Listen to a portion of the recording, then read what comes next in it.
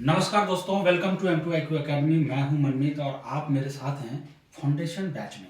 देखिए, हमने एक बैच स्टार्ट करी है बिल्कुल बिगिनर्स के लिए, जो बिल्कुल अभी स्टार्ट कर रहे हैं वो किसी भी कंपटीशन एग्ज़ाम को, तैयारी को, चाहे वो स्टेट लेवल पे हो, चाहे वो सेंट्रल लेवल पे हो, किसी भी तरह के एग्ज़ाम को आप जब स्टार्ट कर रहे हैं तो बिल्कुल जो बिगिनर्स हैं उनके लिए हमने एक फाउंडेशन बैच लॉन्च करी है, जिसमें आपको बिल्कुल बेसिक से हर सब्जेक्ट को, हर वो टॉपिक को कवर किया जाएगा जो कॉमन है सारे एग्जाम्स के लिए, है ना। देखिए, आप कंपटीशन का कोई सा भी एग्जाम उठाते हैं, लेवल्स उसका अलग अलग हो सकता है, मगर जो उसके बेसिक जो पॉइंट्स हैं, जो सब्जेक्ट्स हैं, वो क्या होता है, वो बहुत सारा चीज़ें कॉमन होता है, बहुत सारे टॉपिक्स उसके अंदर कॉमन होता है।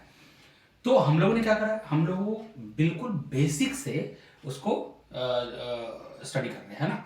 तो प्रीवियस क्लासेस को अगर आप देखेंगे, अभी मैंने हिस्ट्री स्टार्ट करा हुआ है और टीचर हमारे और भी हैं जो उन्होंने मैथमेटिक्स स्टार्ट करा हुआ है ना, अरिथमेटिक्स स्टार्ट करा हुआ है, फिर इसी तरह से रीजनिंग स्टार्ट होगी, है ना। और इसी तरह से अदर अदर सब्जेक्ट्स भी जो कॉमन है, जैसे लैंग्वेज के पेपर्स हैं आपके, वो भी कई एग्जाम्स में कॉमन होता है, तो वो आपको बिल्कुल बेसिक लेवल से, बिल्कुल ही बेसिक लेवल से ये है। तो जो बिगिनर्स हैं उनके लिए ये क्लास बहुत ही फायदेमंद होगा कि आप इस सारे जो आपका प्लेलिस्ट है, इस फाउंडेशन बैच का, उसको प्रॉपर आप यूट्यूब पे देखिए, और आप चाहे तो ऐप में भी एक्सेस कर सकते हैं, ऐप में भी ये सारे वीडियोस डले हुए हैं, और आप सब्जेक्ट बाय सब्जेक्ट बिल्कुल बेसिक से अपना तैयारी स्टार्ट कर सकते हैं, है ना। इससे क्या होगा कि आपका जो बेस लेवल है वो बहुत अच्छे से क्लियर हो जाएगा, और एक बार जब आपका बेस लेवल क्लियर हो जाता है, बहुत अच्छे से क्लियर हो जाता है, तो फिर आपके लिए क्या हो जाता है, ये आसान हो जाता है कि आप किसी स्पेसिफिक बैच के लिए पढ़ें, है ना, किसी स्पेसिफिक कंपटीशन के लिए आप तैयारी करें, ये आपके लिए बहुत आसान हो जाता है।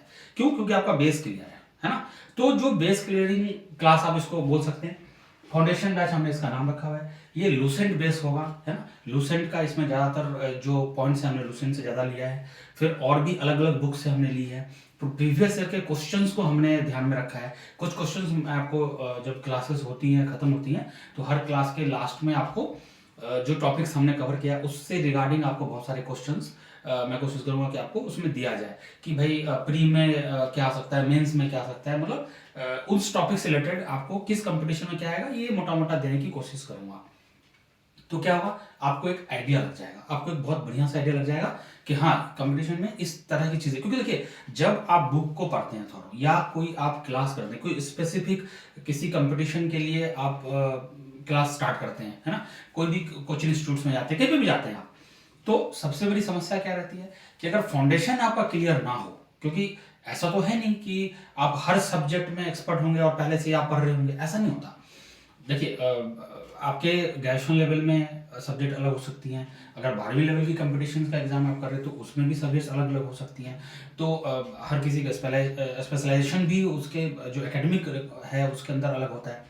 तो बट जब आप कंपटीशन में आएंगे तो बहुत सारे सब्जेक्ट्स आपको कॉमन मिलेगा, तो उसको समझना कई बार दिक्कत हो जाती है उन स्टूडेंट्स के लिए। जैसे फॉर एग्जांपल, जैसे कोई हिस्ट्री का स्टूडेंट है, अब उसको साइंस को समझना है तो थोड़ा सा दिक्कत उसको आएगा, है ना, अगर बेसिक क्लियर अच्छे से ना हो तो इसी तरह से अलग अलग सब्जेक्ट के अलग सब्जेक्ट, अगर अलग सब्जेक्ट आपके मतलब एकेडमिक में है और किसी और अलग सब्जेक्ट को जब आप पढ़ने जा रहे हैं, और अगर बेसिक आपका अच्छे से क्लियर ना हो तो आपको समस्या हो सकती है, आपको प्रॉब्लम हो सकती है। तो उस चीज को क्लियर करने के लिए ये हमने एक बिल्कुल ही फाउंडेशन बैच, बिल्कुल बेसिक से, जिसमें हम लोग पढ़ रहे हैं, और उसको हमने स्टार्ट करा है। देखिए, हार्डली अगर आप सब्जेक्ट वाइज बात करें तो हार्डली आपको 30-35 वीडियोस, छोटे छोटे वीडियोस देखने होंगे, और आपका बहुत अच्छे से क्लियरेंस हो जाएगा, अच्छे से क्लियर हो जाएगा। आपको डॉट वगैरह भी इसके अंदर हम लोग सॉल्व करने की कोशिश करेंगे, तो आपके लिए बहुत फायदेमंद होगा। और ये बिल्कुल ही फ्री है, यूट्यूब पे डला हुआ है, प्लेलिस्ट में है।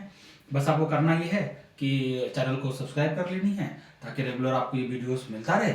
और आप ऐप को भी जो M2IQ एकेडमी है, ये M2IQ एकेडमी में जाके ये ऐप भी आप प्लेलिस्ट से डाउनलोड कर सकते हैं, वहाँ पे भी आपको ये सारी चीज़ें मिलेगा, बिल्कुल फ्री है, इसमें कोई चार्ज नहीं है ना। और इसके बाद में कुछ टेस्ट सीरीज वगैरह भी अलग अलग कंपटीशन एग्जाम्स के भी ऐप के अंदर आएगा, उसको भी जाके आप फ्री में एक्सेस कर सकते हैं। तो ये कम्प्लीटली फ्री है, और बेसिकली ये उन बच्चों के लिए है जो बच्चा ज़्यादा मतलब अफोर्ड नहीं कर सकते, अफोर्डेबल मतलब उनके लिए, मतलब पैसे की बात हो सकती है।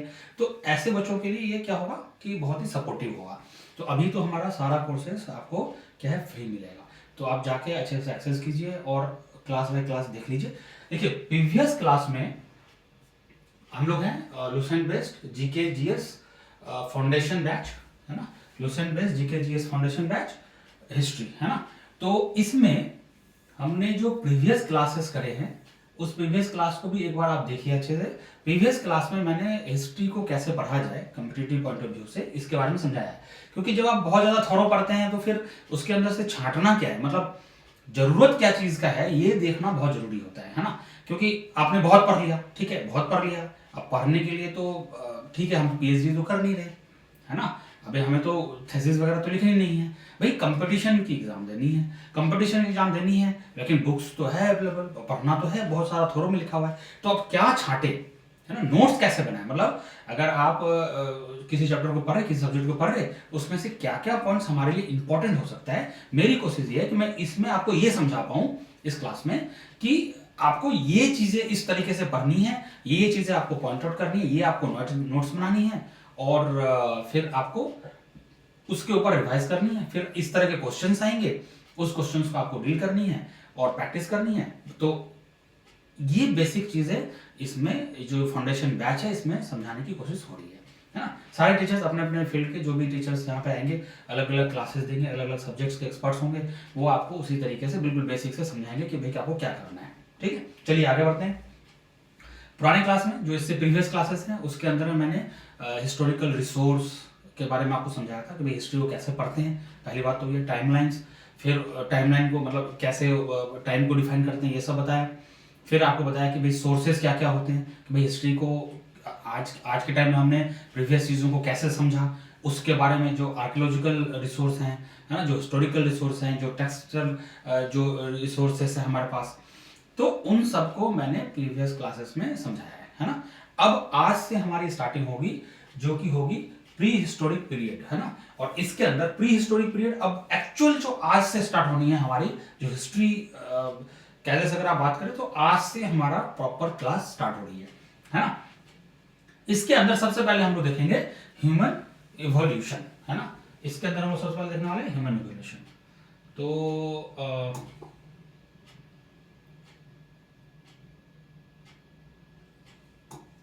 चलिए, तो इसके अंदर हम लोग देखने वाले ह्यूमन इवोल्यूशन, और इसमें सबसे पहला जो चीज़ है वो है आपका किसका, प्री हिस्टोरिक पीरियड में ह्यूमन इवोल्यूशन। अब देखिए ये मैंने आपको टाइमलाइन पहले ही समझाया हुआ है कि प्री हिस्टोरिकल पीरियड क्या होता है, फिर उसके अंदर में प्रोटो हिस्टोरिकल पीरियड क्या होगा, फिर हिस्टोरिकल पीरियड क्या होगा, फिर इंडिया में हम लोग हिस्ट्री को कैसे कैसे डिवाइड कर रहे हैं, एसेंट, मेडवेल, है ना, और मॉडर्न और पोस्ट मॉडर्न पीरियड भी हम लोग अब पढ़ते हैं इसको, है।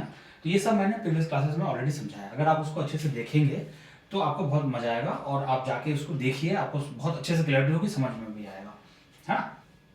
अब देखिए ह्यूमंस का जब डेवलपमेंट हुआ, अब हिस्ट्री तो तभी बनेगी ना कि जब हमें कुछ सोर्सेस मिलेंगी, है ना। तो सोर्सेज मिलेंगी और हिस्ट्री को हम कहीं ना कहीं ह्यूमंस के इर्द गिर्द ही देखते हैं, है ना, कि कैसे कैसे सोसाइटी का डेवलपमेंट हुआ, है ना, कि सिविलाइजेशंस क्या क्या आए, कैसे हुआ, वो तो हम उसी को देखते हैं ना। तो इसमें सबसे पहले जो हम स्टार्ट कर रहे हैं इसके अंदर ह्यूमन का जो डेवलपमेंट है, ह्यूमन इवोल्यूशन है, उसके बारे में हम लोग सबसे पहले स्टार्ट करने वाले हैं, है ना। देखिए प्री हिस्टोरिकल पीरियड जनरली जब हम काउंट करते हैं, बोलते हैं प्री हिस्टोरिकल पीरियड का मतलब तो यही हुआ कि आप उस टाइम का हिस्ट्री जिसको आप जो आपके पास थोड़ी बहुत सोर्स है उसको समझने की, बट आप कंप्लीटली उसको समझ नहीं पाए हो, है ना। जैसे मान लीजिए कुछ चीज़ें ऐसी, जैसे हड़प्पा का मान लीजिए, वहाँ की जो लिटरेचर है, वहाँ की जो लिखावटें हैं, वो आज भी हम डिकोड नहीं कर पाए, मतलब उसको हम समझ नहीं पाए कि वो क्या चीज़ है ना। तो वहाँ से पीछे की जो चीज़ें हैं, है ना, वो होता है प्री हिस्टोरिक पीरियड, है ना, जिसके अंदर हमें कुछ भी ज़्यादा एविडेंस तो हमें कुछ कुछ मिल रहा है, बट हम उसको कंप्लीटली नहीं समझ पा रहे, या एविडेंस भी प्रॉपर हमारे पास नहीं है। तो उस पीरियड को हम लोग बोलते हैं प्री हिस्टोरिकल पीरियड। अब देखिए प्री हिस्टोरिकल पीरियड को लगभग 30 लाख से 30 लाख साल से करीब 600 BC तक, है ना, बिफोर क्राइस्ट तक। ये टाइमलाइंस मैंने बहुत अच्छे से समझाया है, आप प्रीवियस क्लासेस को देखिए। तो ये इतने पीरियड तक, लगभग 300 बीसी तक के जो पीरियड है, तब तक को क्या है कि आपको क्या बोलते हैं, प्री हिस्टोरिकल पीरियड बोलते हैं, ठीक है। तो प्री हिस्टोरिकल पीरियड बोलते हैं, तब तक के पीरियड को क्या बोलते हैं, प्री हिस्टोरिकल पीरियड बोलते हैं, ठीक है। तो जो ह्यूमंस का जो डेवलपमेंट हुआ, सबसे पहला जो ह्यूमन हमें मिला। अब आप कहेंगे कि भाई ठीक है, 3 लाख आपने बोला, 30 लाख आपने बोला, तो 30 लाख से पहले क्या था नहीं कुछ? देखिए 30 लाख से पहले भी था, है ना। ये तो हमें पता ही है कि भाई अर्थ का कितना बड़ा मतलब लाइफ सर्कल है ना। तो इससे पहले भी था, बट हमें जो थोड़ा ढंग का रिसोर्स मिल रहा है ना, जो हमें ढंग का थोड़ी बहुत भी एविडेंस किसी चीज का मिल रहा है, वो मोटा मोटी इस टाइम से मिल रहा है। तो इसीलिए हम यहाँ से इसको प्रीहिस्टोरिक जनरली बुक्स में ऐसा करके है। मगर आप ये समझिए कि 600 बीसी, बिफोर क्राइस्ट, 600 बीसी से पहले जितनी भी चीजें हैं ना, वो सब प्री हिस्टोरी में ही काउंट होती है। उससे पहले आप जितना भी आगे मतलब पीछे जाए कोई प्रॉब्लम नहीं, वो सारा आपको प्री हिस्टोरिक में ही काउंट होता है, ठीक। तो अब इसके अंदर क्या है कि सबसे पहले जो ह्यूमन रेस का डेवलपमेंट हुआ, ह्यूमन का इवोल्यूशन हुआ। देखिए हमें पता ही है ह्यूमन से पहले भी जानवर तो थे ही, है ना। और सबसे ज़्यादा मतलब जो पीरियड है डायनासोर्स का, जो जुरासिक वाला जो एरा है, वो तो हमें पता ही है कितना उसके ऊपर पढ़ाई होती है ना। उसके ऊपर में हर जगह मतलब जानकारी आपको मिल ही जाती है। तो इनसे पहले भी, ह्यूमन से पहले भी सब कुछ था, पर ह्यूमंस का जो डेवलपमेंट है ना, वो कब से माना गया है। अब ह्यूमन से पहले भी ऐप वगैरह होंगे, या ह्यूमन जिससे आए, चलो उस विवाद में हम नहीं जाते हैं, हम सिंपल हिस्ट्री पढ़नी है तो हम इसको समझते हैं। जो मेनली ह्यूमन, जो आज का ह्यूमन है, उससे लिंक करता हुआ जो सबसे पहला ह्यूमन मिला था, वो वैसे तो उसको हम क्या बोलते हैं, होमो सैपियंस ग्रुप को मानते हैं। जो होमो सैपियंस ग्रुप थे उनको मानते हैं, जो लगभग एक लाख साल पहले, 1 लाख साल बीसी पहले से जिनका हम मानते हैं डेवलपमेंट स्टार्ट हुआ है। बट उससे पहले भी कुछ ऐसे ह्यूमंस थे, मतलब आप उसको ह्यूमन बोले या चाहे आप एक जानवर ही बोल सकते हैं, एनिमल ही थे, जिनका रूट है थोड़ा सा, मतलब होमो सैपियंस जो आज का ही इंसान है, उसके जो पूर्वज थे उसको होमो सैपियंस से काउंट करी जाती है। पर उससे पहले भी कुछ ऐसे एप्स थे, मतलब है ना, एक कुछ उससे पहले भी इंसानों जैसा या होमो सैपियंस के जैसा ही कुछ और भी एप्स थे, जिनका स्टार्टिंग जो है वो लगभग 50 लाख साल पहले से हुआ है ना। 50 लाख साल पहले बीसी से लगभग 30 लाख साल तक जो हमारे पास एक एविडेंस मिलता है, वो किसका मिलता है, एस्ट्रोलोपैथियस अफ्रीकानस। एस्ट्रोलोपैथियस अफ्रीकानस ये क्या था, ये लगभग 50 लाख से कब तक थे, ये करीब 30 लाख तक, है ना। 50 लाख से लगभग 30 लाख तक पहले जो ये थे, उनके बारे में हमें थोड़ी बहुत जानकारी मिलती है ना। ये जो थे, ये जो एस्ट्रोलोपैथियस अफ्रीकानस थे, ये सिर्फ और सिर्फ मिलते थे कहाँ, अफ्रीका में। देखिए ये कई बार पूछ देता है कि ये मिलते कहाँ थे, मतलब इनके बारे में जो थोड़ी बहुत भी हमें जो एविडेंस मिला है, जो हड्डियां मिली हैं, स्कल्स मिला है, वो कहाँ मिला है, तो वो सिर्फ अफ्रीका में मिला है और कहीं नहीं मिला है। इसमें एक और इनकी क्या खास बात थी, इनकी एक और खास बात थी कि ये नी फ्री थे, मतलब इनका जो ये नी होता है ना, ये नी फ्री थे, मतलब इनका जो हैंड था वो बिल्कुल इससे फ्री था, है ना, आज के ह्यूमंस की तरह नहीं था। फिर उसके बाद एक और जो इसकी इंपॉर्टेंट पॉइंट है जो आपको लर्न करनी चाहिए और याद रहनी चाहिए, वो है इनका जो अभी तक का जो एक ही मिला है, वो क्या मिला है, फीमेल स्केलेटन मिला है। अभी तक सिर्फ एक ही एविडेंस मिला है, वो क्या मिला है, फीमेल स्केलेटन मिला है, और उसको क्या नाम दिया गया है, लूसी। ये जरूर ध्यान रखिए, Lucy, mother of all man, इसको मतलब इनको इस वाले स्कल को बुलाया जाता है मदर ऑफ ऑल मैन, है ना, याद रखिए, मदर ऑफ ऑल मैन ये बोला जाता है लूसी को। लूसी क्या थी, एक फीमेल स्केलेटन थी, जो कि किसकी थी, एस्ट्रोलोपैथियस अफ्रीकानस। इसकी क्या थी, एक स्केलेटन, एक फीमेल कंकाल, मतलब एक सर मिली, जिसका नाम रखा गया लूसी, और उसको बोला जाता है मदर ऑफ ऑल मैन। और ये कहाँ में पाया जाता था, सिर्फ अफ्रीका में, ठीक है। तो ये 2-3 पॉइंट्स हैं जो आपको याद रखनी चाहिए। उसके बाद लगभग 30 लाख साल से लेके करीब 1 लाख साल बीसी तक जो फिर इंसान जैसा जो भी ऐप या इंसान जैसा जो भी जानवर आई, उसको हम क्या बोलते हैं? होमो इरेक्टस, है ना? होमो इरेक्टस, उसका नाम क्या रखा गया? होमो इरेक्टस। और उसकी सबसे खास बात क्या थी? उसके भी 2-3 पॉइंट्स थे। देखिए उसकी खास बात क्या थी, उन्हीं के टाइम में, मतलब इसी पीरियड में फायर का डिस्कवरी हुआ था। जो फायर का डिस्कवरी हुआ था वो किसके टाइम में हुआ था? होमो इरेक्टस के टाइम में। ये आपको बहुत याद रखना पड़ेगा। एक तो टाइम पीरियड याद रखना चाहिए, और दूसरा एक क्वेश्चन क्या आ सकता है, किसके टाइम में फायर हुआ, है ना? और इंडिया में पाया गया, ये कई सारे कंटिनेंट्स में ये पाए गए। उसमें जो इंडिया में पाए गए वो सबसे पहले पाए गए नर्मदा वैली में पाए गए, है ना? नर्मदा है एमपी में, नर्मदा रिवर है, उसके आसपास के बेसिन में ये पाया गया। और इसको हथनोरा, ये जगह का नाम है, ये जरूर याद रखिए, Hathnora. Hathnora, Hathnora, bank of Narmada river MP, है ना? तो नर्मदा वैली में पाया गया। ये 2 पॉइंट्स हैं बहुत इंपॉर्टेंट, आपको याद रखना चाहिए, ठीक है? तो होमो इरेक्टस अभी तक जो इंडिया में पाया गया जो सबसे पुराना स्केलेटन है वो इन्हीं का है ना? होमो इरेक्टस का। और इनका टाइम क्या था? लगभग 30 लाख से लेके 30 लाख बीसी से लेके लगभग 1 लाख बीसी तक का इनका टाइम था। तो ये आपको याद रखना चाहिए, ये बहुत इंपॉर्टेंट है ना? और कहाँ पाया गया? हथनोरा में। कहाँ पे? नर्मदा वैली में, एमपी मतलब मध्य प्रदेश में, ठीक है? इसके बाद जो आया, जो टाइम आया, वो आया होमो सैम्पियन का। होमो सैम्पियन का जो टाइम आया वो कब आया? लगभग आपका 1 लाख बीसी से लगभग 40,000 बीसी तक। 1 लाख बीसी से 40,000 बीसी तक कौन थे? होमो सैम्पियन थे, नेथानडल।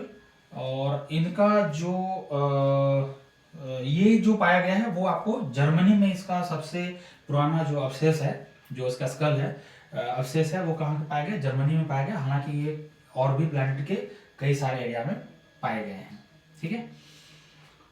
उसके बाद जो सबसे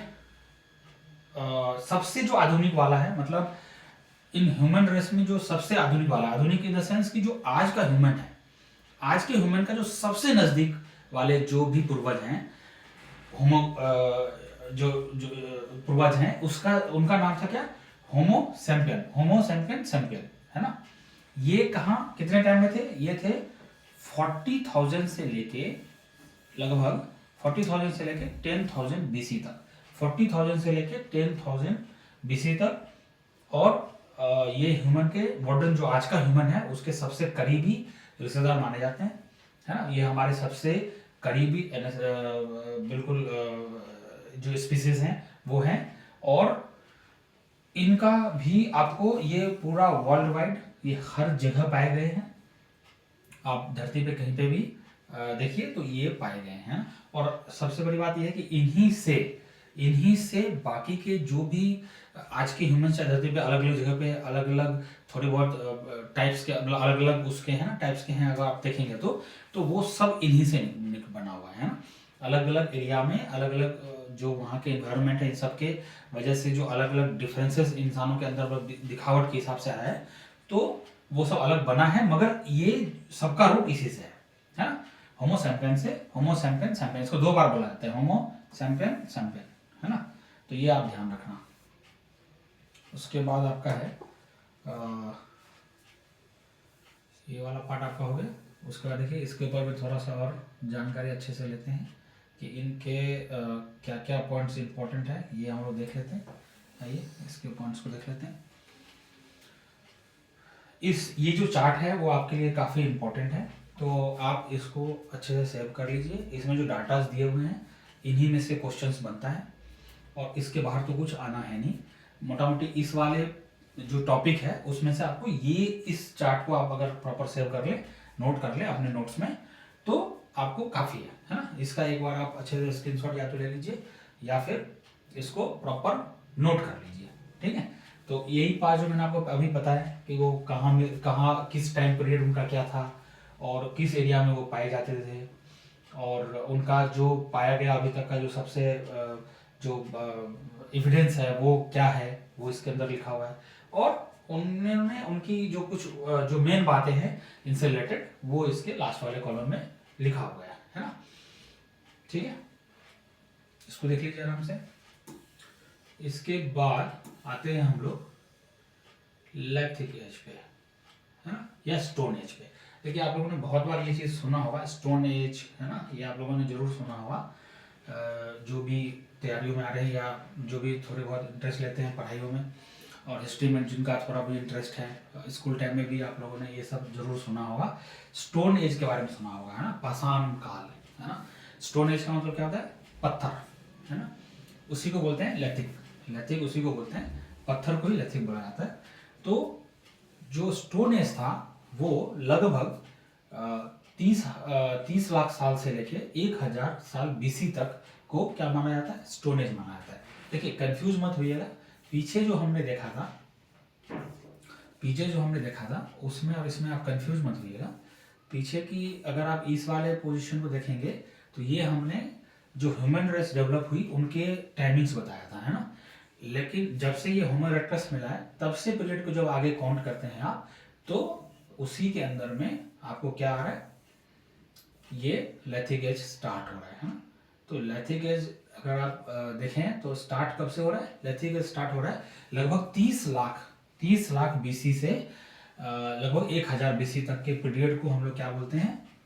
लैथिक एज या स्टोन एज बोलते हैं, है ना। अब स्टोन एज में सबसे खास बातें क्या थी वो इसके अंदर देखिए, इसमें कुछ पॉइंट्स लिखा हुआ है वो आप देखिए, और इसमें कुछ मैंने क्वेश्चंस भी हाईलाइट किया हुआ है, ये भी आपको अच्छा रहेगा, इसको भी आप देख पाएंगे, है ना। इसको डिटेल में हम लोग देखते हैं कि स्टोन एज में क्या क्या हुआ नहीं हुआ। मिस्टर रॉबर्ट ब्रूस फुट थे जो कि एक जियोलॉजिस्ट थे, है ना, और जियोलॉजिकल सर्वे ऑफ इंडिया, ये 1851 में कहाँ पे हुआ था? ये इसको ये कोलकाता में इसको स्थापना किया गया था। और इसके जो सबसे मेन और पहले मतलब जो फाउंडर मेंबर में से जो थे वो कौन थे? मिस्टर रॉबर्ट थे, है ना। ऑब्वियसली उस टाइम अंग्रेज थे हमारे यहाँ, तो उन्हीं के ऑफिसर होंगे ये, है ना। तो उनको बोला जाता है father of pre historical archaeology for India, है ना। मिस्टर रॉबर्ट को फादर ऑफ क्या बोला जाता है? Father of pre historic archaeology, मतलब प्री हिस्टोरिक पीरियड की जो इंडिया में आर्कियोलॉजी का जो खोज स्टार्ट हुई, है ना। आर्कियोलॉजी का जो इंडिया में प्री हिस्टोरिकल पीरियड का जो स्टार्ट हुआ है, जिस व्यक्ति ने सबसे ज्यादा फोकस किया वो कौन थे? यही थे मिस्टर रॉबर्ट ब्रूस फुट, है ना। इनका नाम जरूर याद रखिए। देखिए उत्तर प्रदेश पीसीएस में 2016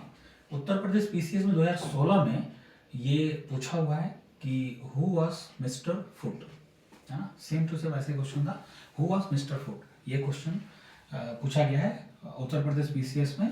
कब पूछा गया है? ये पूछा गया 2016 में। तो ये इंपॉर्टेंट डाटा है, इसको याद कर लीजिए, ठीक है।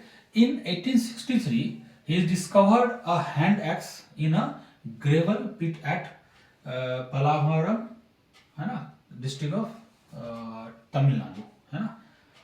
तो ये सबसे पहले 1863 में इन्होंने डिस्कवर किया था, इन्होंने, मिस्टर फुट ने ही, और इसीलिए इनको, और उसके बाद भी कई सारे डिस्कवरीज उन्होंने किया, इनकी टीम ने करी, और इन्होंने इंडिया में इस चीज़ को काफ़ी प्रमोट किया प्री हिस्टोरिकल रिसोर्सेज को ढूंढने में, है ना। तो इसीलिए ये काफ़ी इंपॉर्टेंट था। अब यूपीपीसीएस में ही 2016 में ही एक और क्वेश्चन आ गया इन्हीं के इसी टॉपिक से लेके कि hand axe use in which age, है ना। अब देखिए hand axe use in which age, अब विच एज का मतलब क्या हुआ? यही है ना, स्टोन एज, है ना। तो ये एक इंपॉर्टेंट क्वेश्चन हो गया आपके लिए, तो बहुत इंपॉर्टेंट है, ये आपको याद होना चाहिए, है ना। और इन 1982 मिस्टर अरुण सोलंकिया, है ना, found a women skull from Hathnora, Narmada valley. ये अभी जो मैंने आपको ऊपर बताया था ना, अभी जस्ट मैंने इसके ऊपर आपको बताया था कि हथनोरा के बारे में, है ना। ये देखिए, ये मैंने अभी आपको हथनोरा के बारे में बताया ना, ये रहा ना, कहाँ गया? ये रहा ना, ये इनके बारे में बताया था ना आपको, जो होमो इरेक्टस थे उनका हथौड़ा में जो पाया गया था, है ना, ये किन्होंने सबसे पहले ढूंढा था? तो मिस्टर अरुण सोनाकिया, है ना। कब ढूंढा था उन्होंने? 1982। अब क्वेश्चन ऐसे ही बनता है, उन्होंने वो पूछ देंगे आपको कि साइट का नाम पूछ देंगे कि भाई जो है ओमेन स्कल कहाँ मिला था, है ना, इंडिया में सबसे पहले। तो वो आपको हथौड़ा बोलना पड़ेगा, नर्मदा वैली, रिवर वैली में, कहाँ पे? होशंगाबाद में, डिस्ट्रिक्ट एमपी, है ना, मध्य प्रदेश में। कब ढूंढा गया था? तो आपको ये क्वेश्चन आ जाएगा, है ना, कब ढूंढा गया था? तो 1982 में, है ना। किन्होंने ढूंढा था? तो मिस्टर अरुण ने। तो ये आपको बहुत, ये डाटा आपको याद रखना पड़ेगा, क्वेश्चन ऐसे बनता है। दो क्वेश्चन मैंने आपको दिखाया सैंपल के तौर पे, है ना। चलिए अब आगे बढ़ते हैं। देखिए, जो प्री हिस्ट्री है उसको हम लोग, अब काफी लार्ज पार्ट है ना उसका, मतलब काफी टाइम फ्रेम जो है वो काफी लंबा है, तो उसको आप कैसे पढ़ेंगे? तो उसको जो हमारे स्टूडेंट्स हैं उन्होंने क्या करा, उसको 3 पार्टों में डिवाइड करा है, फिर बाद में सब पार्ट्स भी हुए हैं, तो 3 पार्ट में इनको डिवाइड किया। तो एक का जो सबसे पहला है वो क्या है? Palaeolithic period. पैलियोलिथिक पीरियड क्या होता है कि 30 लाख साल से लेके और जो 1 लाख साल बीसी तक, 30 लाख से 1 लाख बीसी तक का जो पीरियड है ना, इसको याद रखिए। 30 लाख से 1 लाख तक का जो बीसी तक का जो पीरियड है उसको उन्होंने क्या बोला? पैलियोलिथिक पीरियड, है ना। फिर मेसोलिथिक पीरियड, ये कब का था? तो मेसोलिथिक पीरियड को उन्होंने बोला कि इसके बाद वाला पार्ट, है ना। फिर उसके बाद नियोलिथिक पीरियड, ऐसे करके उन्होंने सब कर दिया, है ना। 3 पार्ट में बांट दिया, Palaeolithic period, Mesolithic period, Neolithic period, ठीक है। और फिर पैलियोलिथिक पीरियड को उन्होंने क्या करा, फर्दर 3 पार्ट्स में बांट दिया, है ना। एक तो सबसे पहली बात तो ये है, आपको ध्यान रखना है कि जो स्टोन एज है आपके क्या है? स्टोन एज है ना। जो स्टोन एज है उसको, जो ये लैथिक पीरियड है, यानी कि ये वाला लैथिक पीरियड, ये जो लैथिक पीरियड है ना, स्टोन एज जिसको बोलते हैं हम लोग, इसको पहले तो क्या करा गया? 3 पार्ट में बांटा गया, 1 2 3, पैलियोलिथिक, मेसोलिथिक और नियोलिथिक। अब जब पैलियोलिथिक, मेसोलिथिक, नियोलिथिक बैठा गया, इसको हम लोग अभी डिटेल में पढ़ेंगे। तो सबसे पहला था जो पैलियोलिथिक, उस पैलियोलिथिक के भी 3 पार्ट करे गए, सब कैटेगरी करा गया उसके अंदर भी। तो जो पहला था सब कैटेगरी, उसको बोलते हैं लोअर पैलियोलिथिक एज, है ना। जो क्या बोलते हैं? लोअर पैलियोलिथिक एज, है ना। ये देखिए, लोअर पैलियोलिथिक एज, ठीक है। ये कब से कब था? तो 30 लाख ईयर बीसी से 1 लाख बीसी तक, है ना। 30 लाख से 1 लाख बीसी तक के पीरियड को लोअर पैलियोलिथिक बोला गया, मतलब कि शुरुआती दौर, मतलब कि स्टोन एज का जो बिल्कुल एकदम स्टार्टिंग वाला एरिया था, तब की बात है ये, है। उसके बाद मिडिल पैलियोलिथिक, मतलब कि फिर बीच वाला एरिया। अब ये कब से है? ये है 1 लाख से लेके 40,000 बीसी तक का जो पीरियड है उसको मिडिल पैलियोलिथिक बोला गया है। उसके बाद जो उससे भी नया वाला एरिया है, जो सबसे नया एरिया है, मतलब उसके सब बाद वाला एरिया, उसको बोला गया अपर पैलियोलिथिक एज। वो कब से कब था? तो 40,000 से लेके 10,000 बीसी तक के जो एरिया है उसको बोला गया क्या? अपर पैलियोलिथिक, है ना। तो कितना हो गया? लोअर पैलियोलिथिक, मिडिल पैलियोलिथिक और अपर पैलियोलिथिक, है ना। और इसका जो टाइम फ्रेम है वो भी आप देख लीजिए, है ना, इसको भी याद रखिए, ठीक है। अब देखते हैं इसके आगे क्या है। देखिए, इसके आगे फिर आपका होगा कि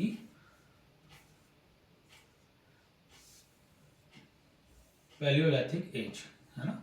अब हम लोग इसको देखेंगे पैलियोलिथिक एज को, ये पैलियोलिथिक एज क्या है ना। अब पैलियोलिथिक एज में आइए, है ना। पैलियोलिथिक एज में आ गए हम लोग। पैलियोलिथिक एज में मैंने आपको बताया कि लोअर पैलियोलिथिक एज, मतलब जो सबसे पहला वाला, जो फर्दर जो स्टार्टिंग जहां से हुई, फिर उसके बाद मिडिल पैलियोलिथिक एज, फिर उसके बाद अपर और या लेटर बोले वो भी अच्छा है ना, पैलियोलिथिक एज, है ना। तो 3 पार्ट में पैलियोलिथिक एज को बांटा गया था।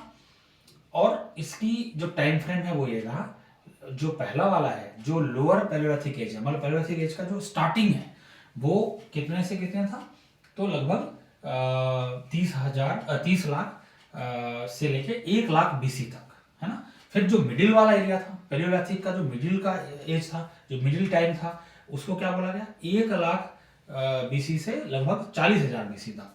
और जो सबसे लेटर वाला, मतलब सबसे बाद वाला जो पैलियोलिथिक टाइम था, उसको बोला गया क्या, अपर या लेटर पैलियोलिथिक एज। और वो कब से कब था, 40,000 से लेके 10,000 बीसी तक। ठीक है, अब इसके अंदर में खास बात क्या थी भाई, ये अलग अलग जो बांटा गया, किसी टाइम फ्रेम को, किसी पीरियड को अगर अलग अलग टुकड़ों में बांटा गया तो कुछ तो उसके पॉइंट्स होंगे ना, कि किस वजह से उनको अलग अलग बांटा गया है, या कुछ उनके बीच की तो अलग अलग डिफरेंस तो होंगी ना। तो उसके अंदर डिफरेंस क्या थी, तो देखिए अब डिफरेंस का देखते हैं। अब मैंने आपको प्रीवियस क्लासेस में ये ऑलरेडी बोला हुआ है कि जनरली जो एसेंट हिस्ट्री को जब पढ़ते हैं आप, बहुत ही प्री हिस्ट्री को, तो जनरली उसके टूल्स वगैरह या कुछ ऐसे ही एविडेंस हमें मिला है ना, क्योंकि उस टाइम कुछ रिटेन का भी इतना ज़्यादा विकास तो हुआ नहीं था भाई, अर्ली एज थी ह्यूमन डेवलपमेंट की।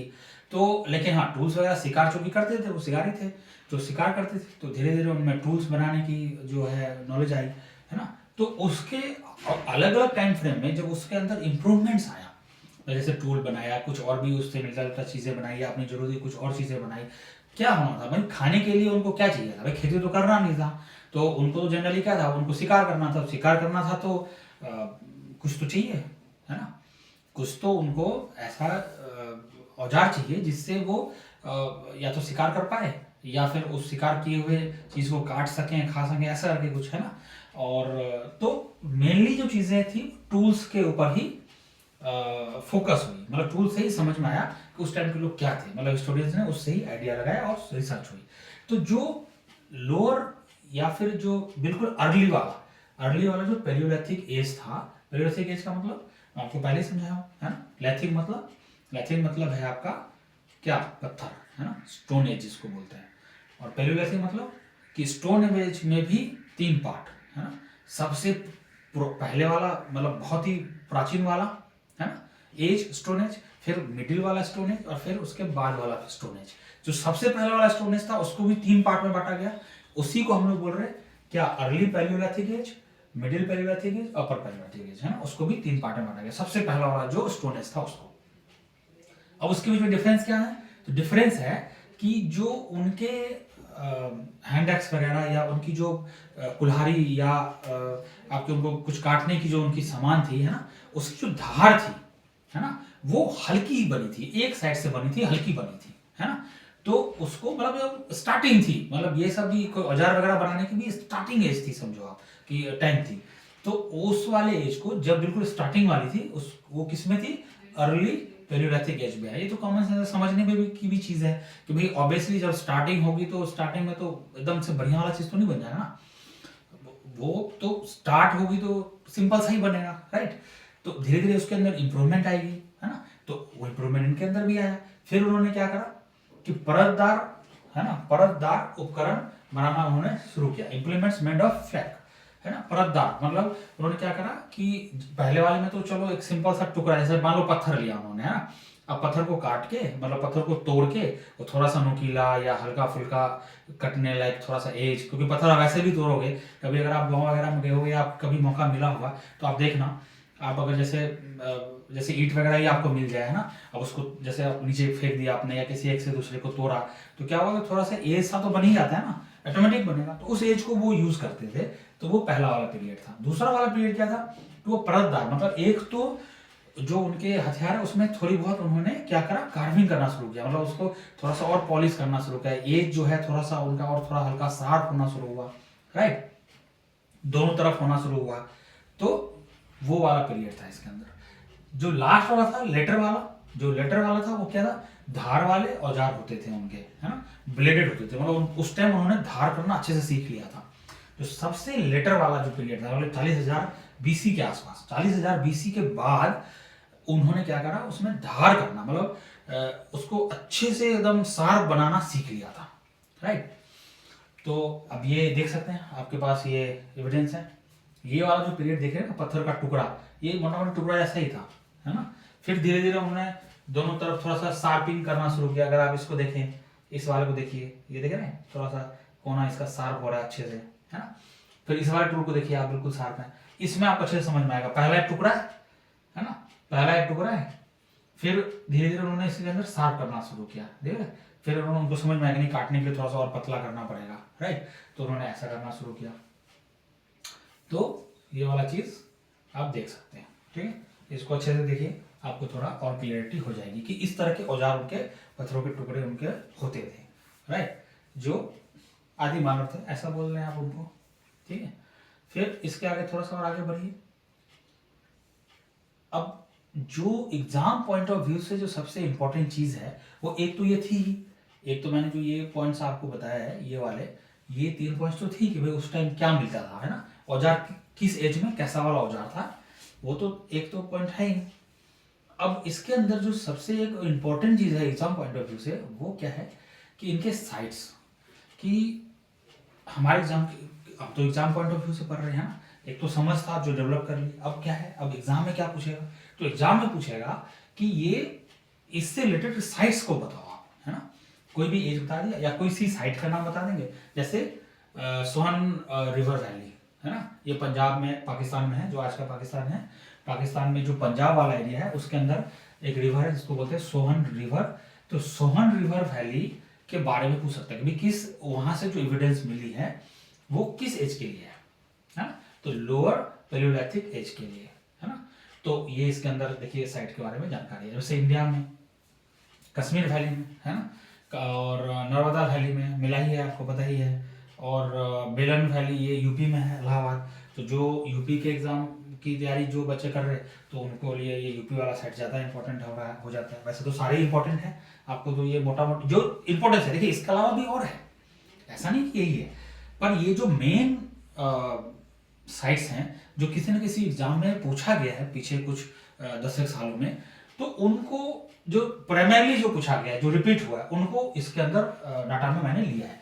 तो आप इसी तरह से मिडिल पैलियोलिथिक एज में भी देखेंगे, है, अफगानिस्तान में भी मिला है, पाकिस्तान में तो खैर मिला ही है, कश्मीर में मिला ही है, और भीमबेटका है, ये आपका भोपाल के नज़दीक है ना, रायसेन डिस्ट्रिक्ट है, वहाँ मिला है, जो भोपाल के पास है। भोपाल से मेरे ख्याल से अगर कभी आपको जाने का मौका मिले जरूर जाइए। भीमबेटका इंडिया में एक बहुत ही बेहतरीन, मतलब अगर आपको हिस्ट्री में थोड़ा भी इंटरेस्ट है तो वहाँ जरूर एक बार जाना चाहिए, आपको मजा आएगा, है ना। आपको कई सारे पीरियड को, कई सारे टाइम फ्रेम को, ये ऐसा नहीं है, भीमबेटका एक ऐसा मल्टी साइट है कि आपको मतलब मोटा मोटा हर पीरियड की जानकारी कुछ ना कुछ यहाँ से जरूर मिली है आर्कियोलॉजिस्ट को, साइंटिस्ट को, हिस्टोरियंस को। तो ये बहुत ही इंपॉर्टेंट है ना। फिर वाराणसी में, है ना, वाराणसी और हमीरपुर, ललितपुर, इन सब ये यूपी के इंपॉर्टेंट साइट्स हैं जहाँ पे मिडिल पैलियोलिथिक एज के बारे में जानकारियाँ मिली है, ठीक है। इसी तरह से लेटर पैलियोलिथिक एज है, इसमें भी बहुत सारे साइट्स हैं, और जो इंपॉर्टेंट है वो आपको इसके अंदर दिया हुआ है। तो इसको आप जरूर एक बार नोट कर लें, अपने नोट में डाल लें या फिर स्क्रीनशॉट लेके रख लें। चलिए इसके आगे देखते हैं, फिर इसके आगे नेक्स्ट पॉइंट। अब मैंने आपको बताया था कि स्टोन एज को हमने शुरुआत में 3 पार्टों में डाला था, है ना, स्टोन एज को शुरुआत में हमने 3 पार्ट में किया था, है ना। उसी में से एक है आपका मेसोलिथिक एज, यानी कि मिडिल स्टोन एज। अब मिडिल स्टोन एज क्या है? मिडिल स्टोन एज है आपका कब से कब तक? तो लगभग 9000 बीसी से लेके जो 4000 बीसी का जो एरिया है वो मेसोलिथिक एज है, मतलब कि मिडिल स्टोन एज है ना। अब हमने इससे पहले जो स्टोन एज का शुरुआत वाला था वो तो हमने देख लिया, है ना। अब इसके बाद मेसोलिथिक एज को हम लोग आप देख रहे हैं, जो मिडिल वाला एरिया है ना, स्टोन एज में जो मिडिल वाला एरिया हम लोग जिसको काउंट करते हैं उसके बारे में इसके अंदर जानकारी है, ठीक है। मेसो का मतलब होता है मिडिल, है ना, ये ग्रीक वर्ड है। देखिए अंग्रेजों ने ही हिस्ट्री को सबसे ज़्यादा लिखा है, क्योंकि डेवलपमेंट भी उधर ही सबसे ज़्यादा थी, है ना। यूरोपियंस ने ही सबसे ज़्यादा हिस्ट्री को, किसी भी चीज़ को अगर आप थोड़े पहले तक का देखें तो उन्हीं का ज़्यादा चलता था। तो उन्हीं के हिसाब से जो नोमेनक्लेचर है किसी भी टर्म का, चाहे वो किसी भी सब्जेक्ट में हो, वो मोस्टली आपको ग्रीक या यूनानी या उधर के ही किसी ना किसी शब्दावली से मैच करता हुआ मिलेगा, है ना। तो अब ये ग्रीक वर्ड है मेसो में, उसका मतलब होता है मिडिल, और लेथिक मतलब स्टोन, है ना। ग्रीक वर्ड है क्या आपका मेसो, और लेथिक का मतलब स्टोन। तो जो आपका तभी इसका नाम पड़ गया क्या, मिडिल स्टोन एज या मेसोलिथिक एज, ठीक है। इसके बारे में जो इंपॉर्टेंट जानकारी है वो आपको समझना पड़ेगा। सबसे पहली तो ये इंपॉर्टेंट पॉइंट्स हैं, इसको जरूर आप नोट कर लीजिए, है ना। ये इंपॉर्टेंट पॉइंट्स हैं। डोमेस्टिकेटिंग ऑफ एनिमल, है ना। जो सबसे पहला एविडेंस मिला है इंसानों द्वारा किसी भी जानवर को डोमेस्टिकेट करना, मतलब उनको अपने साथ ह्यूमंस के साथ उसको जोड़ना, है ना। जनरली हम डॉग को बोलते हैं ना, जो कि ह्यूमंस के साथ सबसे पहले जुड़े थे। तो इसकी जो सबसे पहला जो आपको एविडेंस मिला है वो कहाँ मिला है? अगर आप इंडिया की बात करो, मैं इंडियन कंट्रीज में बात कर रहा हूँ, वो कहाँ मिला है? आदमगढ़, कहाँ? एमपी, है ना। आदमगढ़ एमपी और बंगोर राजस्थान, है ना। ये आप जरूर याद कर लीजिए। उसके बाद हाँ, और इसकी जो टूल्स थी, वो एक और इम्पोर्टेंट बात है, जो इसकी टूल्स थी वो क्या थी? मैक्रोलैथिक इम्प्लीमेंट्स, यानी कि इसके जो टूल्स थे ना वो बहुत छोटे छोटे होते, टाइनी छोटे छोटे टूल्स, है ना। जो प्रीवियस में आपको चार्ट में दिखाया भी था शायद, उसके अंदर है फोटोज। जो छोटे छोटे टूल्स हैं वो मैक्रोलैथिक इम्प्लीमेंट्स बोलाता है। मतलब मैक्रोलैथिक मतलब मैक्रो मतलब छोटा, है ना, लैथिक मतलब स्टोन, है ना। और इम्प्लीमेंट्स मतलब क्या होता है? इम्प्लीमेंट्स मतलब होता है आपका क्या? टूल्स, है ना। तो वो क्या होते? छोटे होते थे इस टाइम में, ठीक है। पहला तो ये बहुत इंपॉर्टेंट कि डोमेस्टिकेशन ऑफ एनिमल। दूसरा क्या था?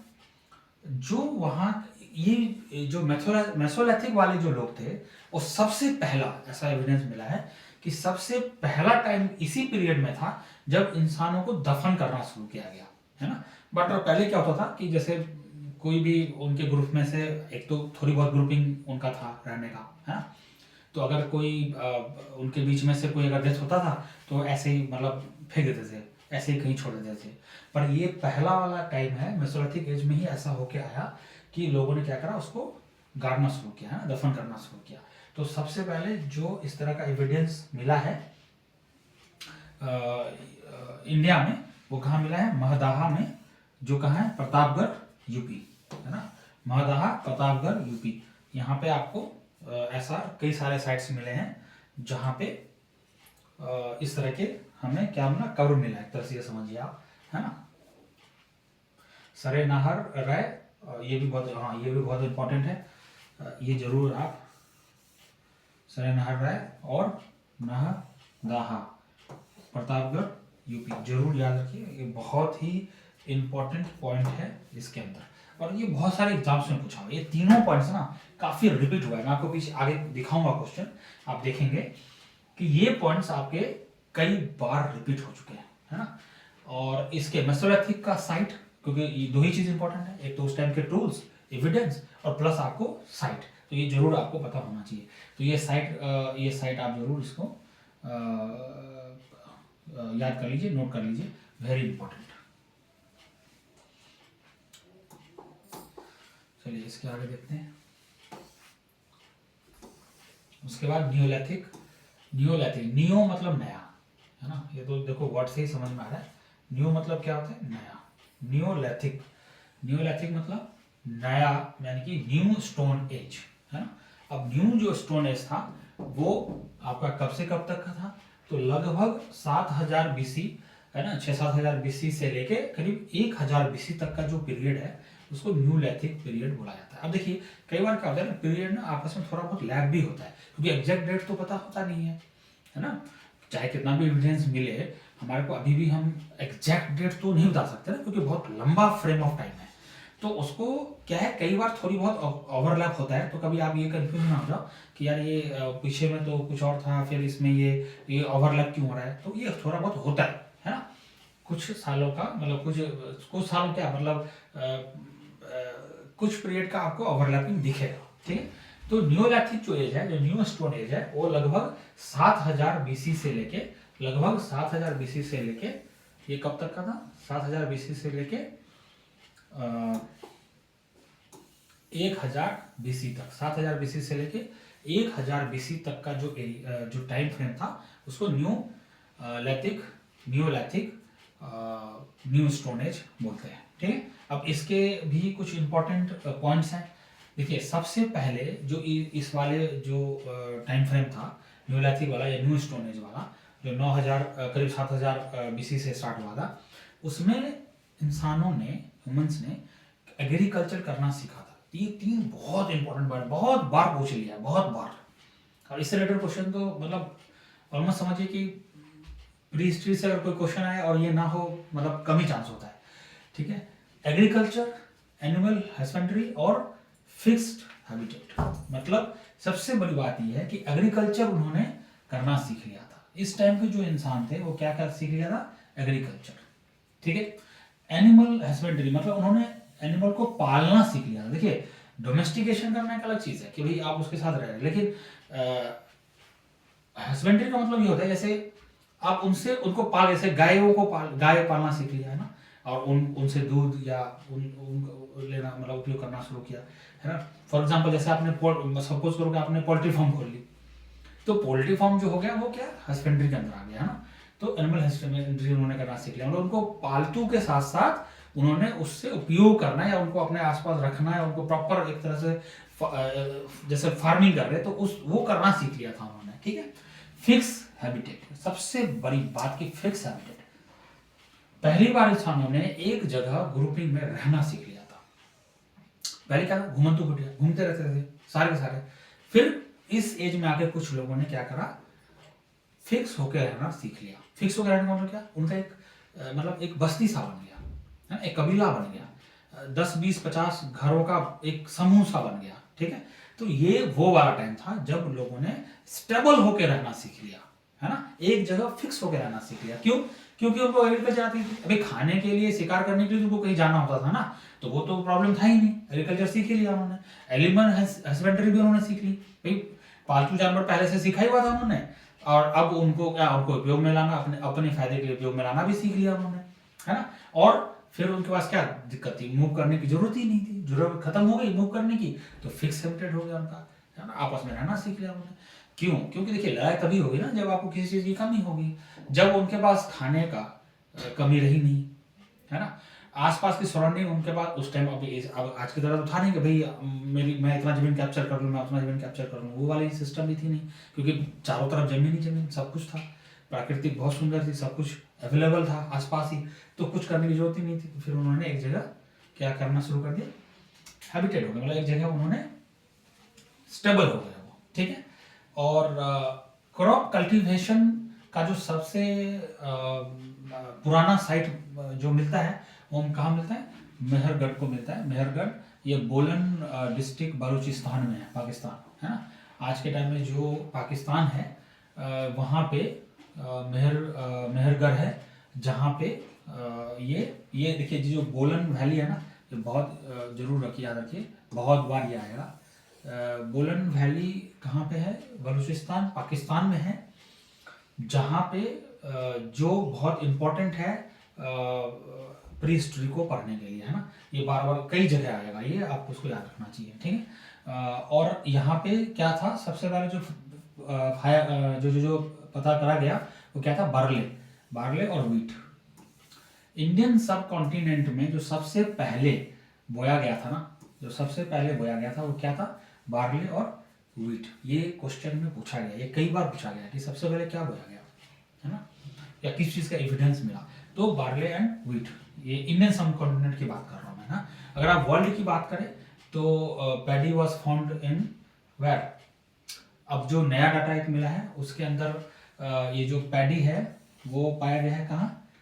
कोलदीवा कहाँ? इलाहाबाद। ये यूपी इंडिया, है ना।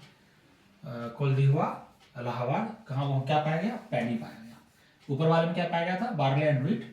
कहाँ पे? बोलन वैली में पाया गया था, मेहरगढ़ में। और ये कहाँ पे है? ये बलूचिस्तान पाकिस्तान में है। तो ये आपको याद रखना चाहिए बहुत अच्छे से। ठीक है, मेन एनिमल्स क्या था? ऑब्वियसली डॉग होगा, फिर सीप था, गोट, है ना, और हॉर्स। ठीक है, हॉर्स भी इस टाइम था। क्या क्या था? डॉग था, सीप था, गोट था और हॉर्स था। देखिए, गाय की चर्चा इसके अंदर अभी तक नहीं है। अभी तक इंसानों ने गाय के बारे में उनको मतलब पालने का अभी तक इनका हुआ नहीं था, है ना।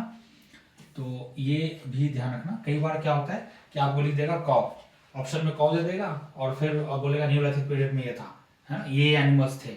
तो आदमी कन्फ्यूज होकर सोचता है कि भाई कौ तो होगा ही, पर वो गलत हो जाती है। तो ये ध्यान रखना है आपको, ये भी कई बार पूछा गया है। टूल्स कैसा होता था उनका, तो पॉलिश्ड होता था। ये भी एक इंपॉर्टेंट पॉइंट है कि टूल्स जो उनका औजार होता था वो कैसा होता था, पॉलिश्ड होता था, ठीक है। और उनके जो बर्तन होते थे वो बर्तन कैसे थे, है ना। और उन्होंने क्या बर्तन बनाना शुरू कर दिया था, तो हाँ लगभग 4000 BC के आसपास उन्होंने पोटर्स व्हील का इम्प्लीमेंट कर लिया था, मतलब उन्होंने उसकी खोज कर ली थी। चक्की होता है मिट्टी के बर्तन बनाने की, जो चक्की होता है जो ऐसे करके घूमता है, आपने कई बार देखा होगा अगर गाँव की तरफ गए होंगे तो उसकी खोज उन्होंने पोटर्स व्हील उन्होंने कर लिया था खोज, ठीक।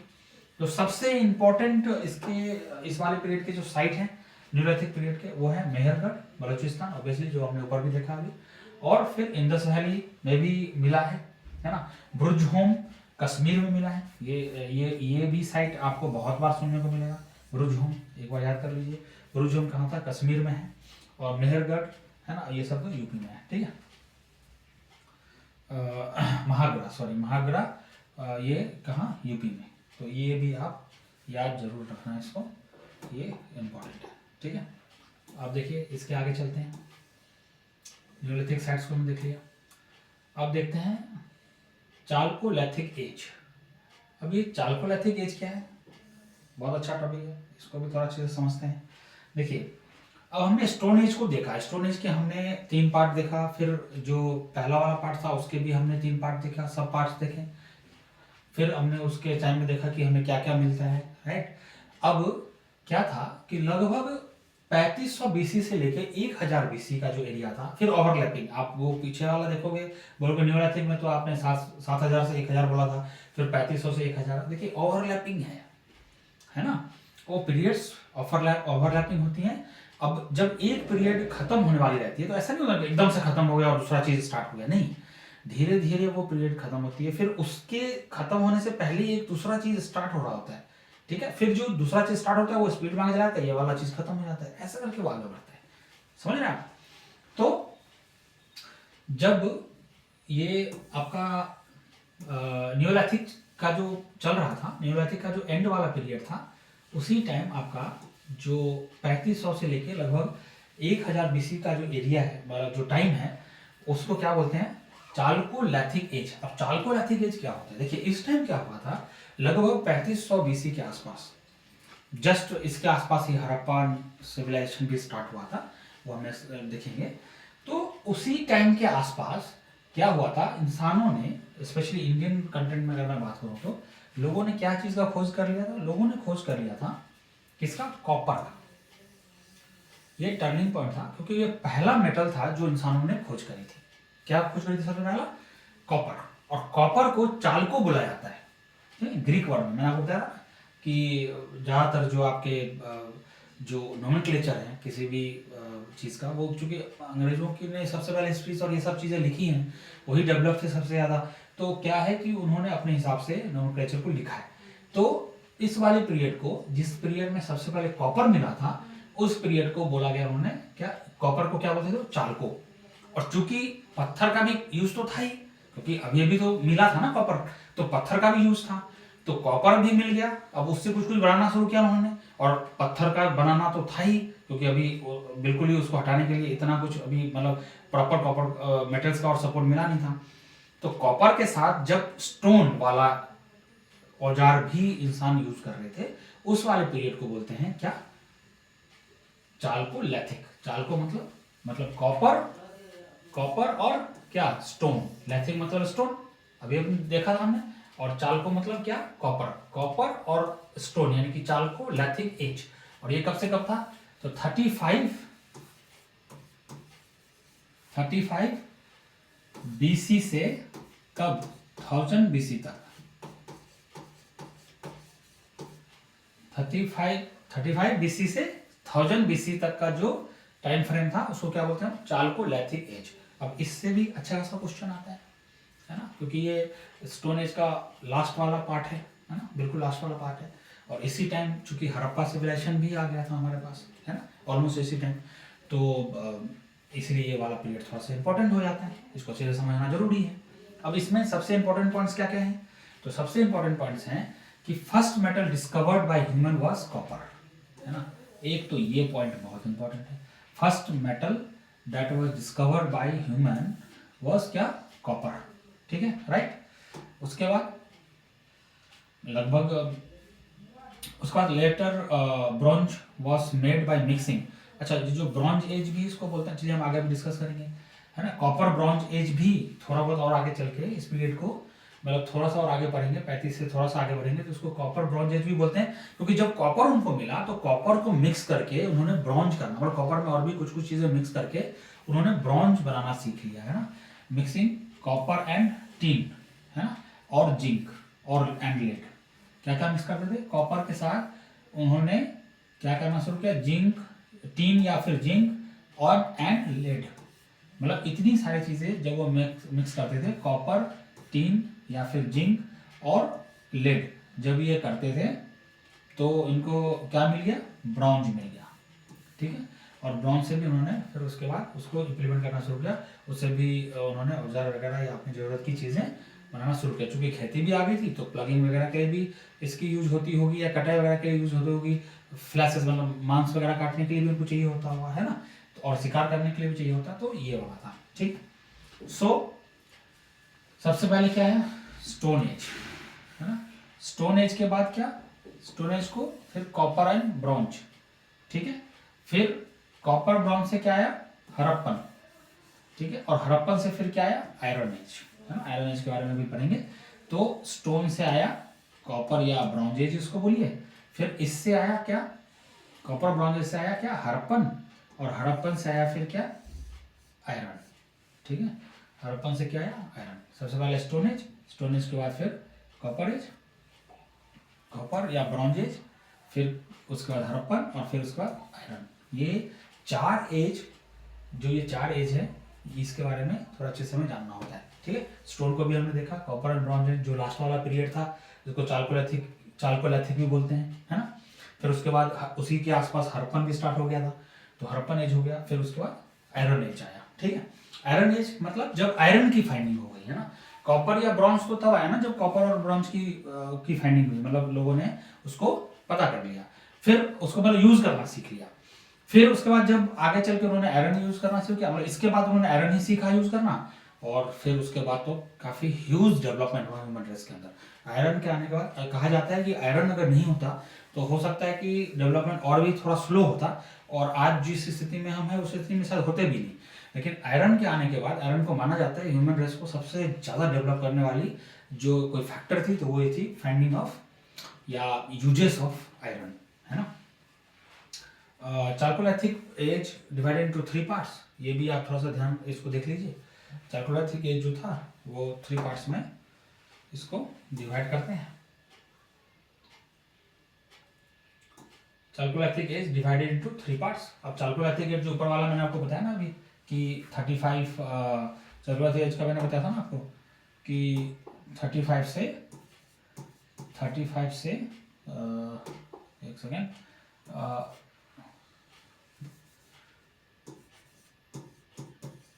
35 से कितना 1000 BC, 35 से 1000 BC जो चालकोलिथिक एज था उसको फर्दर 3 पार्ट में डिवाइड किया गया।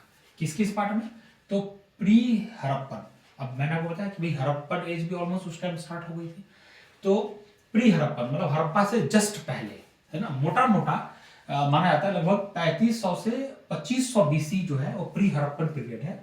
फिर जो हड़प्पन पीरियड है जो ओरिजिनल मतलब जो सबसे ज्यादा जो लोग मतलब ज्यादा लोगों की सहमति है वो हड़प्पन एज को लेके ये वाला है ना। ये कब का है कि 2500 से लेके लगभग 1750 BC तक जो है ना मेन हड़प्पा पीरियड था, जो मेन हड़प्पा पीरियड था। फिर थोड़ा थोड़ा हड़प्पन पीरियड का डिक्लाइन होना शुरू हुआ, तो पोस्ट हड़प्पन पीरियड जो है वो करीब 2000 से 1000 BC को माना जाता है, ठीक है। 2000 से 1000 BC को क्या पोस्ट हड़प्पा मतलब हड़प्पा के जस्ट बाद वाला पीरियड। तो हड़प्पा से पहले वाला पीरियड 35 to 25 BC, फिर हड़प्पन एज जो मेन हड़प्पन एज है वो 25 से लगभग 1750 BC, और फिर उससे थोड़ा सा और आगे मतलब कि हड़प्पन के जस्ट बाद वाला जो फेज था उसको पोस्ट हड़प्पन बोलते हैं, और वो करीब 2000 से 1000 BC। और ये सब लैथिक एज में काउंट होता है कि कौन से लैथिक एज में, ये काउंट होता है आपका किसमें, चाल्कोलैथिक एज में। किसमें होता है, ये वाला चाल्कोलैथिक एज में, है ना, चाल्कोलैथिक एज में ये कवर होता है। चलिए अब कुछ इंपॉर्टेंट फैक्ट्स और क्वेश्चंस को देखते हैं कि किस तरह के क्वेश्चंस हमारे आते हैं, है ना। तो सबसे जो इम्पोर्टेंट पॉइंट्स हैं वो आप देखिए कि जो सबसे ज़्यादा इस चैप्टर से जो इम्पोर्टेंट पॉइंट है वो आपको इसमें याद रखना चाहिए। हालांकि उस ऊपर भी जो मैंने कुछ डाटा दिया वो फैक्ट्स वगैरह भी याद रखिए, और ये भी कुछ फैक्चुअल कुछ चीज़ें हैं जो आपको बहुत अच्छे से याद होना चाहिए। पैलियोलिथिक जो ह्यूमंस थे वे आर कंप्लीटली नेचुरल, है ना, नॉट अवेयर ऑफ फैक्ट। मतलब जो सबसे पहले वाले जो स्टोन एज का जो सबसे पहले वाला जो टाइम थे, है ना, उसमें क्या था, वो सबसे पहले तो स्टोन फायर के बारे में उनको जानकारी नहीं थी, बिल्कुल नेचुरल थे। मतलब कि वो फार्मिंग की भी इतनी मतलब उनकी अवेयरनेस नहीं थी, है ना, और वो शिकारी थे मेनली, राइट। फिर उसके बाद domestication of animal begin in Mesolithic period, है ना, जो लैथिक स्टोन एज का जो बीच वाला एरिया था वहां से क्या स्टार्ट हुआ, मेसोलिथिक से स्टार्ट हुआ क्या, एनिमल हस्बेंड्री और ये सब स्टार्ट हुआ, राइट। उसके बाद rock shelter Bhimbetka MP is included in UNESCO world heritage site. ये बहुत इंपॉर्टेंट है, मैंने आपको बताया था ना कि भीमबेटका जो है वो बहुत इंपॉर्टेंट है इंडियन प्रीहिस्ट्री के टर्म्स में। क्यों, क्योंकि यहाँ से आपको हर पीरियड का, लगभग हर पीरियड का बहुत अच्छे से जानकारी मिलता है, तो इसीलिए ये बहुत इंपॉर्टेंट है। भीमबेटका के बारे में हम और भी कई बार पढ़ेंगे, इस चीज़ को आप ध्यान रखिए, ठीक है। और यूनेस्को वर्ल्ड हेरिटेज में ये शामिल है, यूनेस्को वर्ल्ड हेरिटेज में ये क्या है के लिस्ट में ये शामिल है, ठीक है। उसके बाद क्या है, एक और बहुत इंपॉर्टेंट पॉइंट है, 41 human Graves found in Damdama, ठीक है, और 5 ग्रेव्स आर डबल। मतलब कि एक ही कब्र में, मतलब एक ही जो दफनाया गया लोगों को, उसमें क्या था, 41 ह्यूमन ग्रेव्स तो पाया गया दमदमा में, है ना। ये तो बहुत इंपॉर्टेंट चीज है, ये लाइन को आप याद रखिएगा, ठीक है। 41 ह्यूमन ग्रेव्स आपको पाया गया। उससे क्या है, हमें देखिए जब कोई भी हमें कब्र या उस तरह का जो फाइंडिंग्स हमें मिलता है उसमें क्या है कि बहुत सारे और भी हमें एविडेंस मिल जाता है ना, उस टाइम के टूल्स वगैरह भी होता था उसके साथ में, है ना, तो बॉडी के साथ में, तो हमें उससे भी कई सारी चीज़ों की जानकारी मिलती है, ठीक है। अब 5 ग्रेव्स ऐसे मिले जिसमें क्या था, डबल स्केलेटन था, डबल स्केलेटन, मतलब एक ही ग्रेव में 2 लोगों को एक साथ दफनाया गया था, ठीक है। और एक ग्रेव ऐसा मिला जिसमें ट्रिपल था, ठीक है। ये पूछा गया है बहुत बार कि कितने ग्रेव मिले जिसमें 3 बॉडीज थे एक साथ, राइट, 3 स्केलेटन्स थे एक साथ, तो एक ग्रेव था ऐसा, ठीक है। While 1 grave with 4 human skeleton were found. अच्छा, एक ऐसा भी था जिसमें 4 थे, 4 ह्यूमन स्केलेटन थे, एक ग्रेव ऐसा मिला, और वो कहाँ मिला, सराय नाहर राय में, सराय नाहर राय में आपको क्या मिला, 4 स्केलेटन मिला एक ही ग्रेव के अंदर, ठीक है। चलिए अब कुछ क्वेश्चंस को देखते हैं, इंटरेस्टिंगली आपको इसमें मजा आएगा। देखिए क्वेश्चन किस तरह का आता है। पहला क्वेश्चन देखिए, पहला क्वेश्चन है कि Robert Bruce foot who discovered Palaeolithic tools in India was, मैंने आपको बताया था कि वो क्या थे। ये क्वेश्चन कब आया था, यूपी में 2015 में भी आया था ये। एक तो मैंने ऊपर में भी दिखाया, सर 16 दिखाया था आपको, अभी 2015 में भी ये क्वेश्चन पूछा था। अब देखिए इस क्वेश्चन में कितना इंपॉर्टेंस है। Robert Bruce foot who discovered Palaeolithic tool in India was, अब ये क्या थे, है ना, वो क्या थे, आप लोग जरा सोच के देख के और बताइए, ठीक है। दूसरा क्वेश्चन है कि the domestication of animal begin in, देखिए 2006 में ये पूछा हुआ है ना, याद देख रहे हैं, 2006 में ये क्वेश्चन पूछा हुआ है, यूपी पीसीएस में पूछा है ये कि the domestication of animal begin in, मतलब किस पीरियड में बिगेन हुआ डोमेस्टिकेशन ऑफ एनिमल, तो ये आपको देखना पड़ेगा। उसके बाद है 3 human skeletons in a single grave was found at, है ना, अभी भी देखा हमने, है ना, कि 3 स्केलेटन एक साथ ग्रेव में पाया गया, कहाँ पे, एट, है ना, कहाँ पे पाया गया, 2016 में पूछा गया है ये, ठीक है। बीपीएससी में ये क्वेश्चन पूछा गया है 2020 में, ये बहुत रिसेंटली पूछा गया कि first human fossil found with which river valley in India.